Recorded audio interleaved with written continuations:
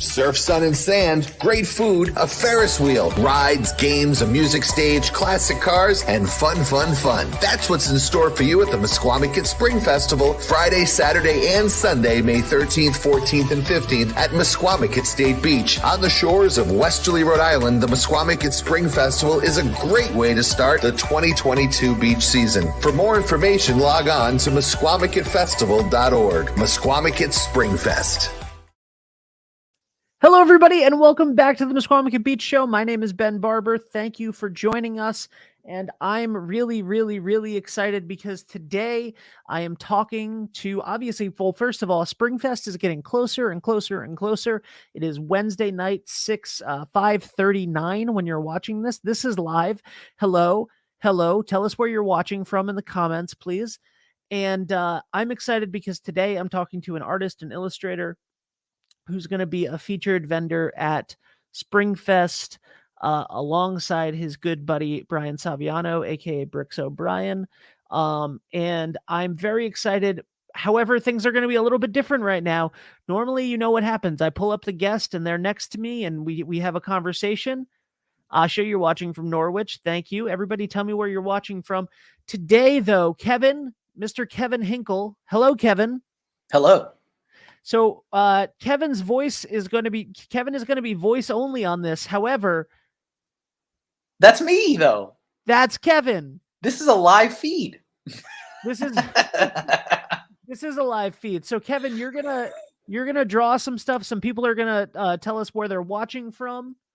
And I'm excited about this. There's got to be one that's already in here that says "Tell us where you're watching from," right? I have no idea. I haven't used this banner thing in a while. Say hi. Tell us where you're watching from. Yeah, there it is. All right. So Kevin Hinkle. Hi. Who are you? What do you do? Well, I am obviously a real life cartoon character in real life and on the screen. So thank you very much for having me. I appreciate it. Thank you for being here. My name is Kevin and I'm an artist. That's the easiest way, right? Yes, that's absolutely. That is the easiest way to explain that. So, can you draw something for us today? Yeah, I would love to. I figured, why just stare at my boring face? I am here to produce awesome things. So let's watch me draw while we talk. Okay, that's better, yes, right? Absolutely. That's Hello, Boba Laveau. Boop, boop. All right. So I'm just going to draw some stuff. So how about this? How about to start? Let me get rid of this. Ben. Yeah. Kind sir. Yeah. When you're at an event, right? Yes. At a fair, any kind of fair, what is your favorite fair food? I really like corn dogs and fried dough. Nice. Okay. Then you know what we're going to start with. Do you have your corn dogs with mustard or ketchup or nothing? I don't have anything on them. You're a rebel. I know. You are Gail is watching us from Phoenix, Arizona right now, but she grew up in Chicopee, Mass. Nice. Kevin, you are a Southern New England native as well, right? Not a native. No, I am originally from Austin, Texas. Really? Yeah, that is born and raised. Okay. But I currently reside in East Windsor, Connecticut. Okay. All right. And what is your address and social security number? Oh, I'm glad you asked. You know what's funny? I'm going to get a reference image real quick of fried dough. Because I could make it up, but I'd rather look at a reference. Okay. Speaking of, I've gotten 2 phone calls this week about my car's extended vehicle warranty. I don't think it's been a year, 2 years since I've actually gotten a real call about that. Nice. Isn't that crazy? That is crazy. It's a little wild. I just recently bought my car outright from the dealer. Mm-hmm. So I am wondering if I will get more calls like that or less calls. I think it actually has literally nothing to do with any vehicles in real life. That's true. I think it will not impact your question for my social security card, and that's what's triggered that memory. So Anyway, so anyways, let's see here. Big D says, "What's up, guys? Wow, Kevin looks great. Absolutely, he does. Exactly. I told you, live feed. Corn dogs are awesome, though. I assume fried dough is what they call elephant ears here. Yeah. I'm not okay. Kevin, is that true? I've only lived in this part of the country. Yeah, that's true. Confirmed. We call them, so at another place, we call them doughboys. Oh. Yeah, fried dough is doughboys. But okay. Regardless, so how long have you been an artist? So I've been an artist my entire life, but I've only been actively trying to make it my primary career over the last 5 years. Okay. So this is sort of a banner year for you, 2022, because you have not one but 2 books coming out. Yeah. Yes. You for the first time about that? Yeah, sure. So yeah, it's a pretty big deal. I've been up to this point, and I guess you could argue still currently, even with the books, I just draw stuff and I post it online with the hopes that continues to get more exposure for what I do and can hopefully, springboard into commissions and freelance work, whatever that may be, whether that's logo design or fan art or, oh, I like D&D, can you draw my D&D character? But some major milestones for me this year is, two published works. Obviously the first, which you led into this with my buddy Brian, is a children's book. So that is really, really exciting. So Brian hired me on to illustrate his children's book, which is the Pro Gamer's Guide to Healthy Habits. And that is very, very close to being printed and in real life. All the artwork is totally done a few times over. But hopefully we'll have that in real life very, very soon.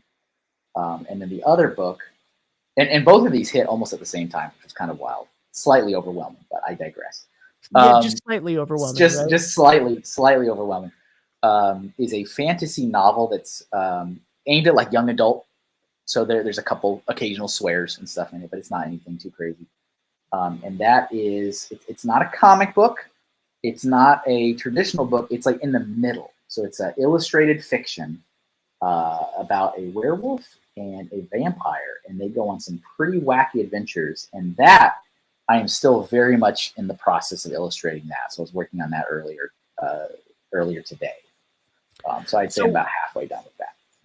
So what did the well, actually, we have a great question here from Big D.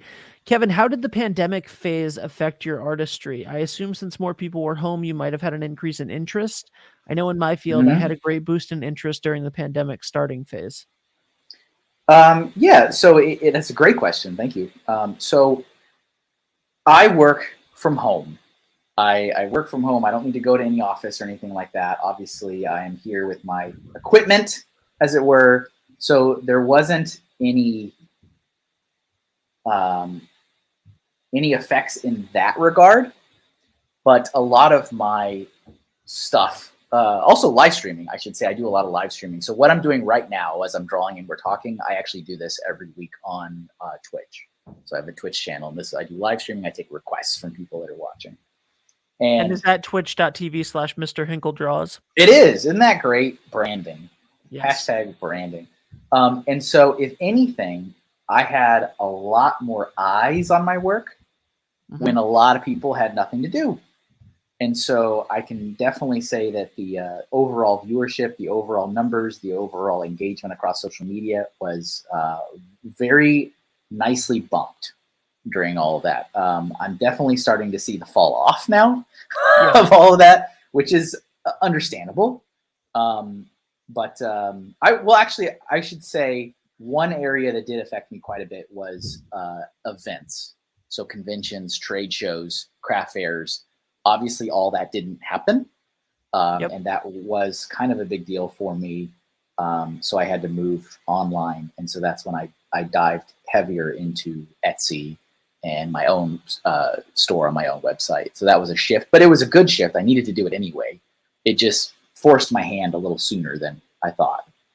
So how often do you have so obviously like you're in the middle of illustrating both of these books, or one of them is finished and the other one you're still sort of knee deep in.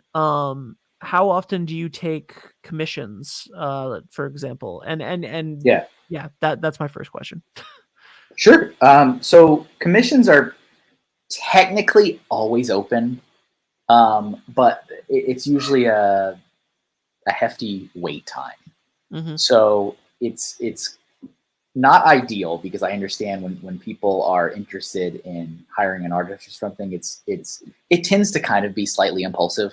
It's like, oh, this would be great. I love your style. I'd like you to. And so when you ask them to wait, you're already kind of pretty much guaranteeing they're not going to come back.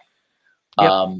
But when you're busy, you know? And so as I've been working on these books, it really was the two books kind of forced my hands to be like, look, everybody, I posted across social saying commissions are technically closed for right now. I still have a wait list, and I try to chew through a couple each month, just because I don't want people waiting for the end of time. But obviously when these are done, I'll very much be going back to doing that. And so I do a lot of logo design too. So a lot of people reach out for logos. With your fried dough, by the way. Yeah. Are you the fried dough with like the powdered sugar on it, or the fried? Yep. Okay. No, fried dough with powdered sugar. Got for it, sure. Got it. This was a critical question. It was a critical question. Gotcha. I'm excited to see how you do the powdered sugar. So I just changed the brush to like a more pencil. Okay. Wow. So we're throwing this on there. Some fair foods. Do you ever make a make a big mistake while drawing on stream? And then absolutely. And then everybody, no, I wish people didn't see that. And then everybody relentlessly makes fun of me. Really? It's okay. It's fine. That's part of putting yourself out there as a streamer. But actually here's what's worse. I don't necessarily mind it when I have an audience that's looking at me and they're like, oh, that looks kind of dopey, Kevin. When I have other artists, right. it's when I'm like, oh no. So I've got a good buddy who's, right there with me. He does events, he does professional caricatures, and he's relentless. So if I do like something odd and like I'm already in the process of erasing the line, he's got the comment in the chat already, and he's like, that looks kind of wonky there. like I'm in the middle of erasing it right now, man. See, that's where that's a hack that I did not take advantage of. Because what I should have said is, Kevin, draw a caricature of me while we're live on stream. And boom, free commission. We can do that. We'll do that before we're done. We're gonna do it before it's done. For the record. So yeah, I love it. One of the cool things, speaking of that, one of the cool things about Brian's book, your and Brian's book, is that one of the Kickstarter situations was that people would be able to, for a certain tier, be able to have their kids or their likeness in the book, which was a very cool thing, especially, it's such a community, and it's such a lot of those people have been watching, his content for years, and your content for years at this point, coming up on 2 years or over 2 years. How long have you been streaming? Oh, over 3 years, 3.5 years. 3 years. Oh, you said 3.5. Yes. Sorry, we just talked about that. No, it's all right. So yeah, I think that's those look amazing, by the way. Thank you. And it was a really cool opportunity. We got to have Braden in the book. So I was very excited about that. He was so excited to that he's going to get to be in the book, and everybody that ever gets a copy of the book is going to see that. And it was a really cool, unique thing that you guys did, where there were certain scenes of Brian's character playing different sports or doing different things, doing different video game related things. and people got to just be the friend next to him doing that stuff, and in some cases picking their scene. How difficult was that, though, to not know what was going to happen until after the book was like paid for? In terms of like what I needed to draw? Yeah. So I was trying. Yes, there's a whole. I mean, there's an entire epilogue to the actual process of the book. But so one of the things that I was really, really keen on from my perspective, and actually a little worried about, is the overlap of the two books. And so, I had told Brian a few times, I'm like, I really, really want to get as much, if not all, of this book done before I start the next book, because I can't be doing two books at the same time. Does that mean I didn't do two books at the same time? No, I absolutely did do two books at the same time, but I was trying to minimize that as much as possible. Yep. And so before the Kickstarter even launched, I had finished absolutely everything I could for the book. Right. Yep. So that was a great place for me to be in. There was a couple stuff that was, as you said, kind of still up in the air, and I didn't quite know yet what to do with it. But I tried to anticipate, right? Like what should be here, what should be happening. And like, there was, certain scenes where I'd already have, like over here, I'm drawing like the whole body doing something and then just like a blank head.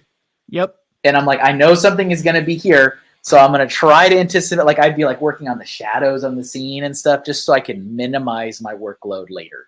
And that paid off for the most part. For the most part, that paid off. There's a couple things that you really just couldn't anticipate. Like, for example, I knew there was going to be a person there, but maybe I didn't know that person was going to be in a costume. So it's like, oh, okay. That I didn't anticipate that.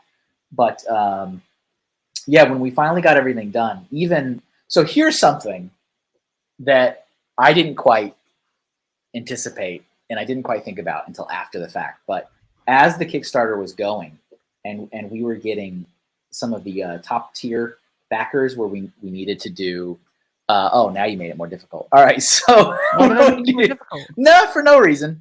What did I do? So nothing. You're fine.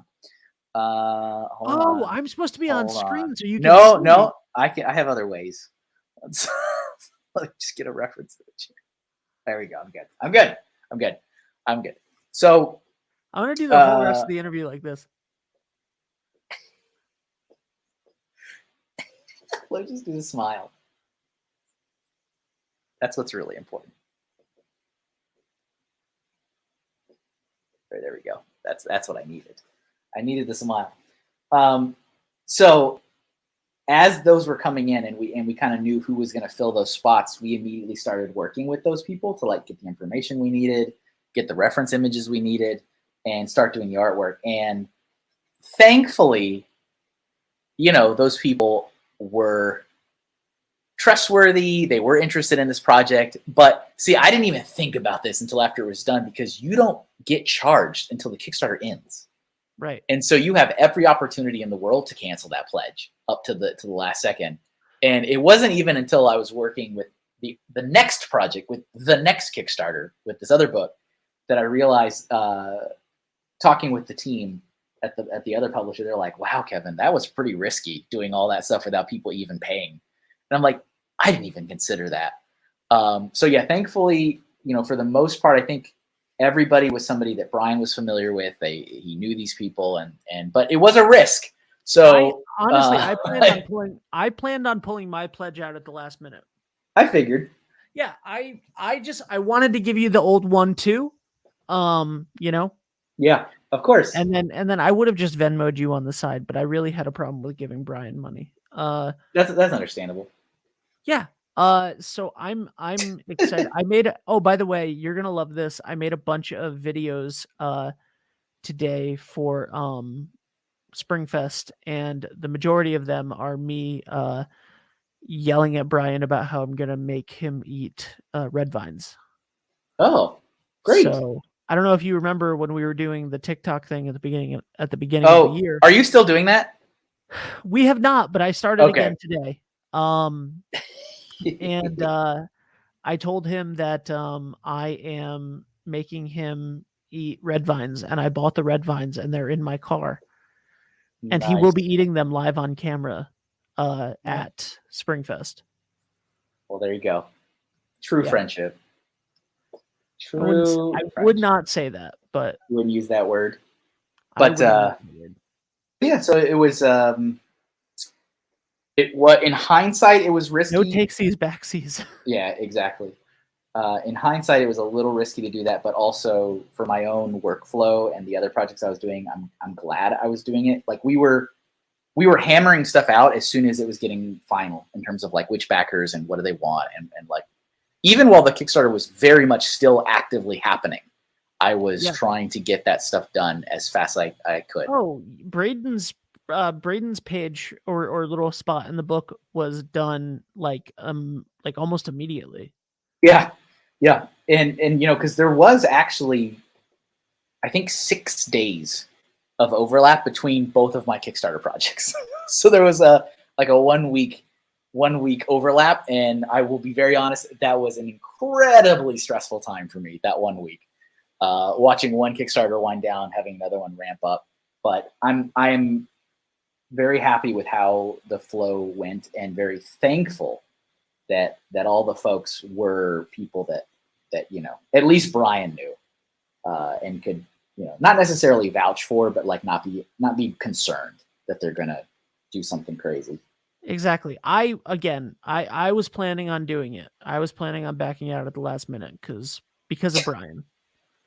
Bless you for not doing it. I mean, I think I should have. Like I said, I think I should have taken away the money that I was giving to the Kickstarter. Sure. And just sent it to you instead. Well, you're a kind soul, I guess. To me. Is that my microphone?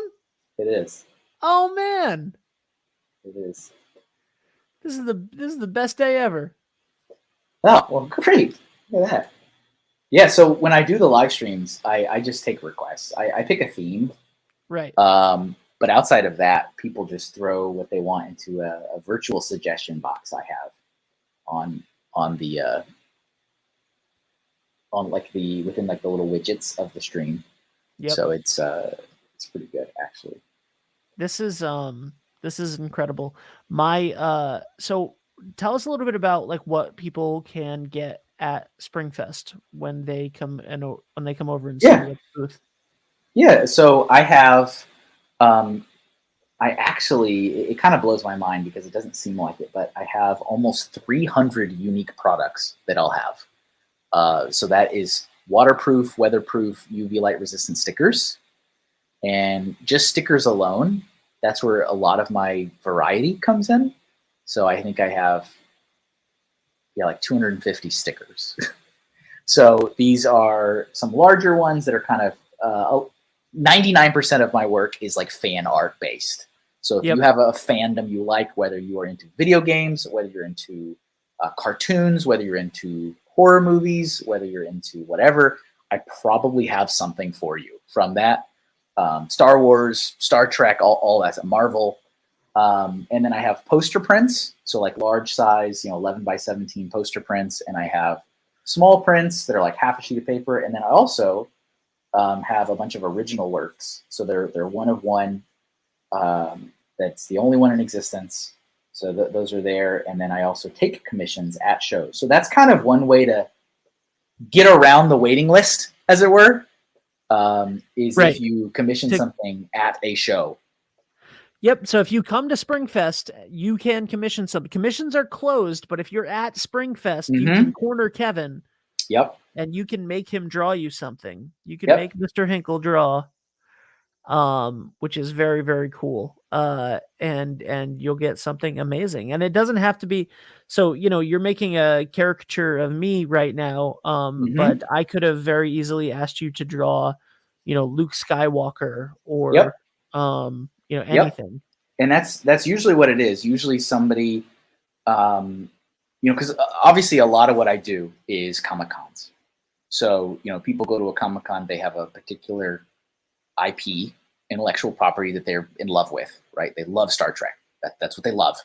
And they're at a show and they see these artists and they go, wow, I really like that artist's style. So I want to commission him to draw my favorite Star Trek character. Yep. So that's most of the time what I do. It doesn't mean that's all I do. I've had grandparents who are like, can you just draw my grandkids? I'm like, sure, I can just draw your grandkids. People sometimes want their pets drawn. Like, okay, we can do that. Why is this being? Oh, ooh. All right, hold on. Got a little wackiness going on. Let me get a new layer. Layer check. There we go. So, but yeah, the only thing to keep in mind is at a show, commissions are traditional, right? So that means actual pen and paper, actual markers. It's not digital. It doesn't mean that I don't take as much care with it. It's just that a lot of time people like digital because they have other plans for it. Like, oh, I want to turn this into a sticker. I want to put this on a shirt. I want to do X, Y, or Z. And doesn't mean you can't do that with traditional. It's just not as ideal. Right. Because sometimes the resolution is not quite there. Sometimes it's difficult to get like a good photograph of it. But as long as that doesn't bother you, then yeah, I'm happy to do it. I love it. This is fascinating to watch what's happening here. This is a lot more interesting than looking at my face, let me tell you. It is a lot more interesting. I've seen your face, and this is a lot more interesting. This is better. This is better. I'm telling you, this is better. This is better. This is why that's why I also don't have a face cam when I stream, because why would I do that? Yeah. This is the tannest I've ever been in my life. So thank you for that. You're welcome. I did just come from the beach. Yeah, so you were at this event. I wasn't. The event hasn't started yet, but I did just come from the beach. We'll get some highlights. Kevin. So most people I know that have careers always have one Achilles heel, one thing that they can just not do well. I assume there's something that you struggle to draw continuously. I'm assuming you might have a good story. There's a couple of things actually. So as with a lot of artists, I struggle a lot with hands. So hands are hard. I have to like turn my brain off. If I focus on it, then it's like, no, that's asking for trouble. So I have to like turn my brain off and just not think about it. But hands are a struggle. I hate drawing horses. You hate drawing what? Horses. Horses. I hate drawing horses. So if Brian said Pro Gamer's Guide 2, there's a horse, you'd say, I'm out, buddy. Well, I mean, I like money too, but I like to pay my bills. I think every time I draw them, they look horrible. And thankfully, a lot of people disagree with me and they go, oh, what are you talking about? But I just feel like I draw them dopey. I think they look like weird dog creatures. Like, that does not look like a horse. I don't know what we're talking about. It's not a horse. But yeah, those are some of my weaknesses, shall we say? But, All right, so hands and horses. Mm-hmm. I have a counter on my stream where if you put in a command in the chat and it keeps track of how many times I complain about drawing hands or how many times I complain about drawing horses. So it keeps a running tally. So it'll be like, Kevin's complained about drawing hands 57 times or whatever. That's amazing. What color are your eyes? Oh man. Hold on. Those look fairly blue to me from a yeah. It's hard to see from a very tiny. Uncomfortable. Good. That's how it should be. So this is just really quick. It's just super, super quick. I'm talking to you guys. Yeah, absolutely. But obviously when I'm drawing stuff for money at a show, I take a little bit more time. Bricks O'Brien says we need a little red on those cheeks, Kevin. Ben is always smiling. This is true. Some rosy cheeks. We can do some rosy cheeks.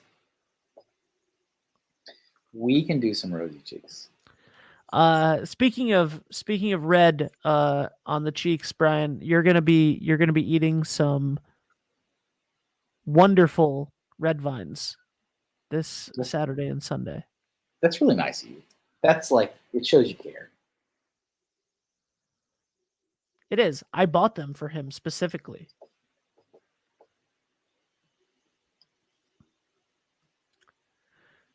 Brian, if you're just chilling at your computer, feel free to hop on the stream. And talk about how I'm going to make you eat red vines. See, that looks horrifying. This? Yeah. Actually, I really enjoy this. So I usually, at the very end, I'll merge stuff together, right? But separate layers. But I like drawing it, coloring it, and then turning off the line art layer to see what's like. Sometimes it's really interesting. It's like, oh. This actually, I mean, like, if somebody just drew this, I'd be like, that's pretty good.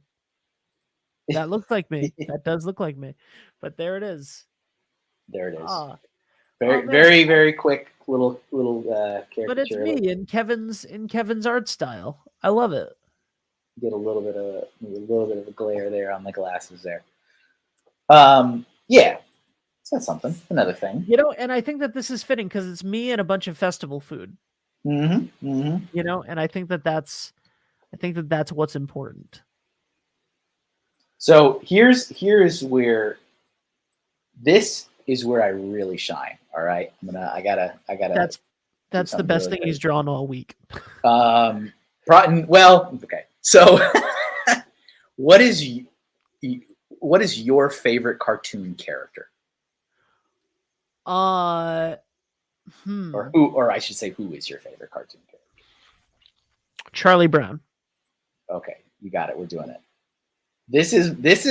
Should I get hold on? Should I get a Charlie Brown? Hold on.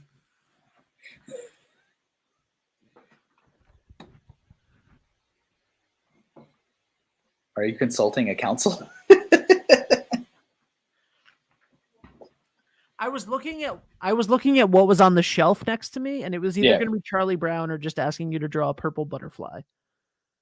So but see, the thing is for cartoons though. This is what I'm going to show you. This is my wheelhouse right here. This is your wheelhouse. This is Mr. Hinkle draws maximum comfort zone. So I'm a huge cartoon fan. Anything animated. I'm fairly good at replicating art styles of cartoons as well. I'm like a chameleon.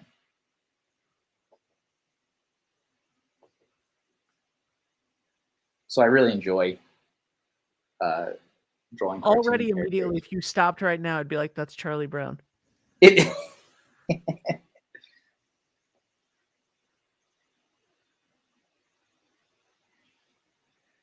This is so fast.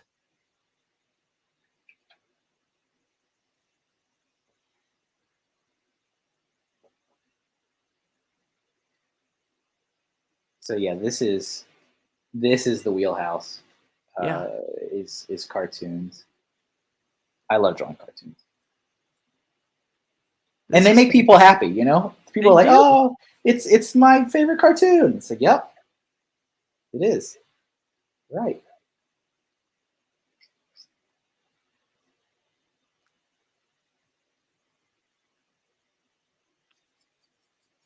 Yeah, this is making me, and there's the full guy. This is making me unbelievably happy. I love this. And so yeah, that was roughly 45 seconds. And I haven't even colored it yet. And you see, this is something that, if you're at the show, you can commission me to draw something like this. I have like a couple different options for people. So like, you can say, oh, can you just draw it like as a pencil sketch, right? That's like the cheapest thing I can do for you.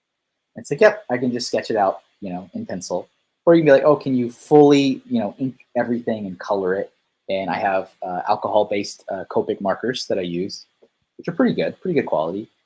Or you can say, I just want it like inked black and white. I don't want to, and then to go even further, it can be like, do you want an entire character from head to toe, or do you want just half of the body, or do you want just like the shoulder up? And that all is like, I have a little chart that I have at my table that says what the costs are. That's awesome. And then Brian will be sitting next to you most of the time, just being a bump on a log. So I try as often as I can to have somebody who's there with me, because my hope, right? My hope is that people will hire me to draw stuff there. That's my hope. Obviously, I've got a bunch of stuff that I've brought, that I've pre-made, that I have for sale.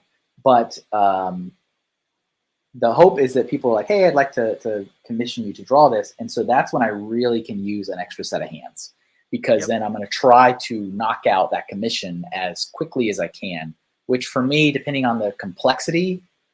So I've been given some very complex characters to draw before, but that's when it really helps to have somebody else there, because then they can take care of guests as they come up and they want to buy stickers and prints and stuff like that. So I don't have to keep stopping working on somebody else's commission to do that.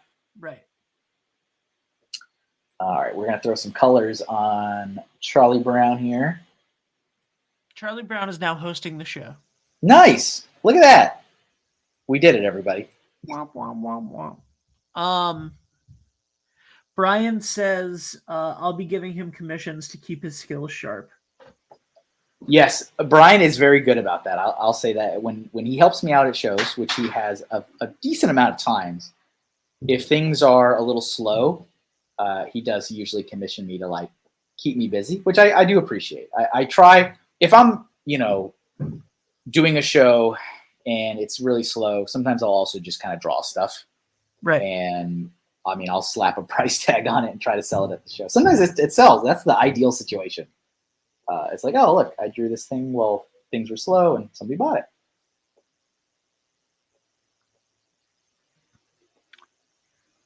This is fantastic. Thank you. I'm glad. And Charlie Brown really doesn't have any shading, at least in the old school style. They didn't really put any shading on it. It was all single color here. Wow. Make this a little bit more full. And there's our Charlie Brown. That's amazing. Kevin, I'm going to probably commission you to do some stuff this weekend. So yeah, cool. I'm excited about it. I can, if you want, I can show you some of the commissions I've gotten at shows. Please do. Yeah, that would be great. Okay, let me do that. I know you guys like watching me draw. Every other guest on this show for a Springfest preview has gotten between 5 and 15 minutes, and we're coming up on 40. That's how much. Look at that. That's how much I've enjoyed this tonight. That's awesome. Okay, so here's something I was commissioned to draw at an event called Paracon, as in paranormal. Okay. So this is the Annabelle doll. Yep. So I was at an event, and the quote unquote the real doll was there, as well as the prop doll from Warner Brothers. This was in Waterbury, Connecticut. And so somebody was there. They saw the doll. They were a big fan. And I actually have stickers of Annabelle, just like her face. And I had sold out. So the guy, he showed up, he saw my stuff, and then he enjoyed the rest of the show. I sold out of them, which was kind of incredible for me. And he was like, oh no, you don't have any more of the Annabelle stickers. So he commissioned me to draw him Annabelle because he was so upset I didn't have any more of the stickers. So that was something I drew. That took me about 45 minutes to an hour to do that at the show. So that's one. Let me do something maybe not as spooky. This is now a doodle stream. That's fine with me. That's fine with me. That is totally fine with me. Let's see.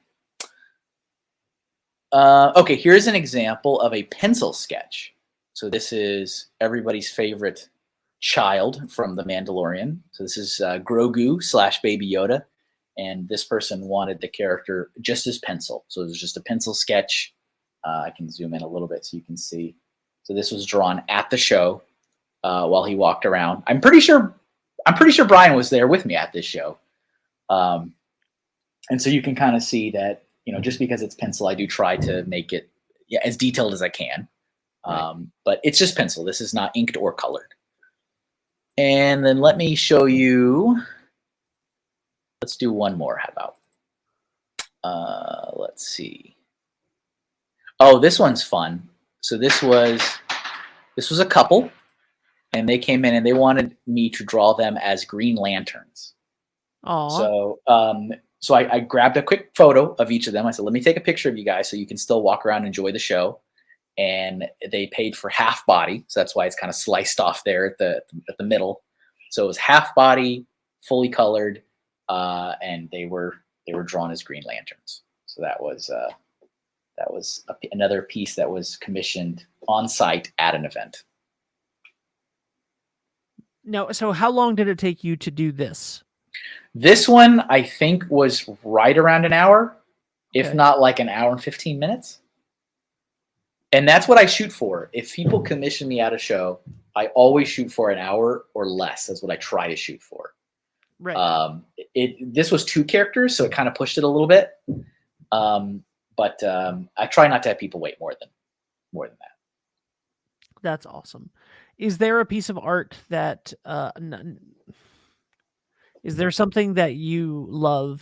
Like, what is your favorite cartoon character? What is your favorite style to draw? What is your favorite thing that you keep coming back to over and over and over again?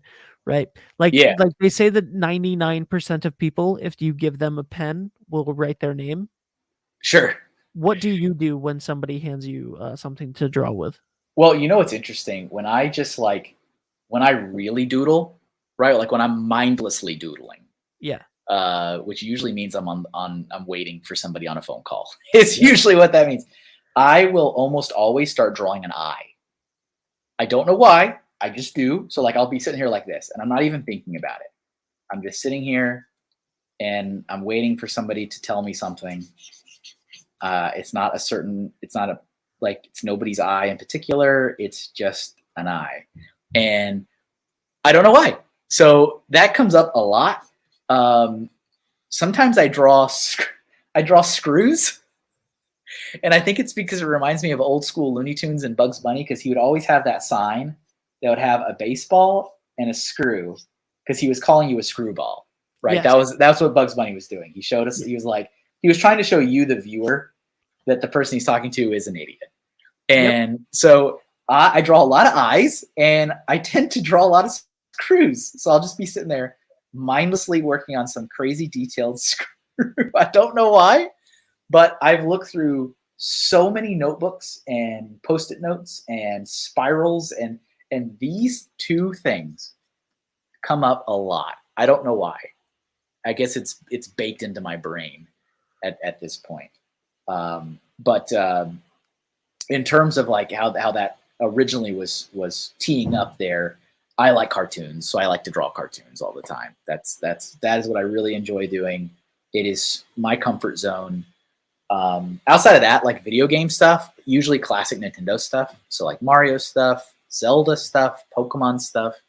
So if you look through my portfolio, which I actually have my whole portfolio on my website, I've got a lot of that kind of stuff on there, because that's what I enjoy doing a lot. I love it. You just reminded me how much I love Buster Bunny.